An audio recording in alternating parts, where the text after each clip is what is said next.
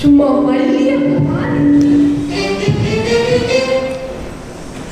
மல்லியகுமார் இட்லி என்ன கலர் தாங்க கம்மியா இருக்கு.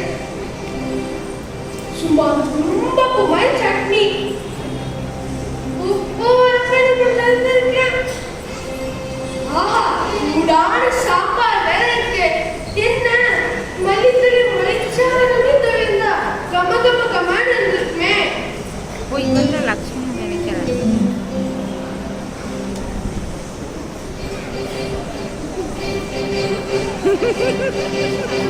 என்னைக்கும் பிள்ளை பிள்ளை பிள்ளைன்னு சொல்றது வாய் குடிச்சு ஆக்கி வச்சா மக்கள் சாப்பிடல பாரு.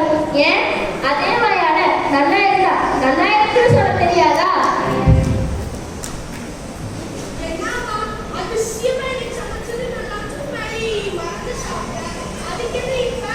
இப்ப அதுக்கு என்னமா நல்லா இருக்கு நான் சாப்பிட்டேன். நான் எனக்கு நட்டு சொல்லிட்டு சாப்பிட்டேன். என்னையா மல்லிகை கம்மியா இருக்குங்க. துங்க மாதிரி சட்னி உப்பு வரக்குள்ளங்கிற எப்படி எப்படி சூடான சாப்பாடுல மழைத்தாய மழைச்சாறு மாதிரி தூணுமோ. நீட்டு என்னவான்னு கேட்கிற நீ சமைச்சது நல்லா இருக்கும் போது நல்லா இருக்குன்னு கூட சொல்லாத வாங்க வாயா. அதான் கால் வாயா தான் இருக்கணும். என்ன சொன்ன? எனக்கு கால் வாய் நான் சொன்னேன். கால் வாய் என்ன கருவாய் கூட தான் சொல்லுவேன்.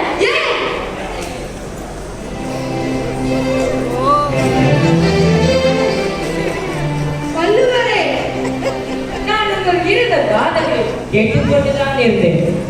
சொல்லுகின்ற சொல்லை நல்ல விதமாக சொல்லுங்கள். அப்படி சொல்லியிருந்தால் உங்கள் இருவருக்கும் இடையே இந்த கோபம் இருந்திருக்காது, இந்த பிரச்சனையும் இருந்திருக்காது.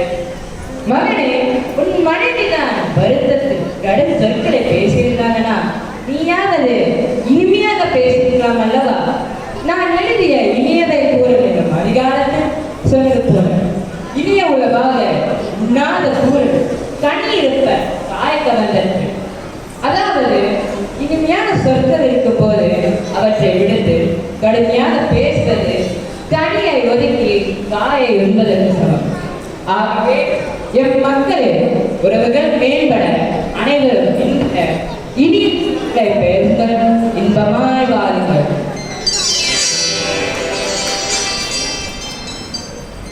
பார்த்தாயா நம்ம மக்களுக்கு நம்ம ஐயனே நேர்ல வந்து சொன்னத.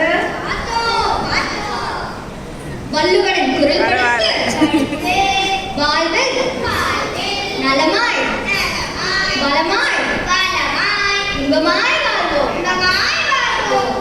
அதை பார்த்தாவே பாடுங்க.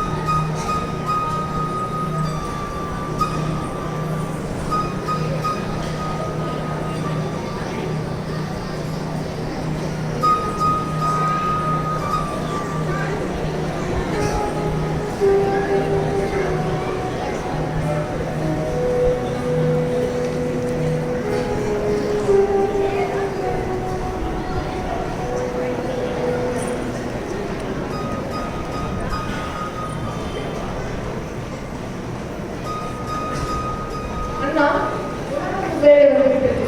வாருங்கள், உணவருந்தலாம். சீதா பிராட்டியார் தங்களை பிரிவு நாளிலிருந்து தாங்கள் உண்பதும் இல்லை, உறங்குவதும் இல்லை. தாங்கள் படும் வேதனையை கண்டு எங்கள் மனம்